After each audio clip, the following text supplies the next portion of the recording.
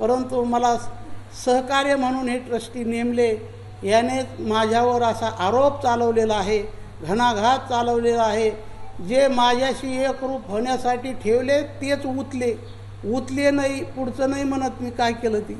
इतके माझ्यावर आरोप आहेत की ते आरोपाला कारण आहे 25 कोटी निधी हा मेटे साहेबने आणला, जरांगे पाटलांनी त्याचा संपर्क करून पैसे वर्ग केले, परंतु हे म्हणतात आम्हीच हा निधी आणलेला आहे, हे आम्हालाच कामं द्यायला पाहिजे होते, पण कोणातरी गुत्तेदाराला दिले आणि म्हणून हे आपटापटू घ्यायला लागले। त्याने 2 रुपये गडाला देऊ म्हटले म्हणून दिले, तुम्ही द्या, तुम्हाला काम देऊ, हे घरातला विषय होता।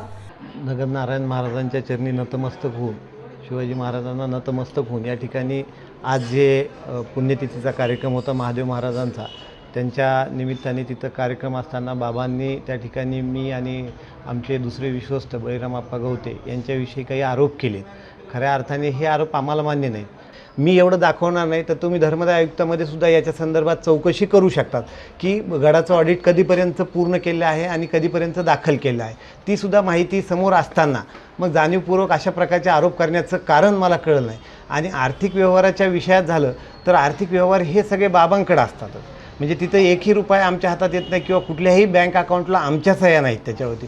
त्याच्यामुळे आर्थिक व्यवहारात आम्ही काही हे करण्याचं काय कारण नाही आहे त्याच्यामध्ये, पण हे आरोप करण्याचं कारण खऱ्या अर्थाने कळलं नाही।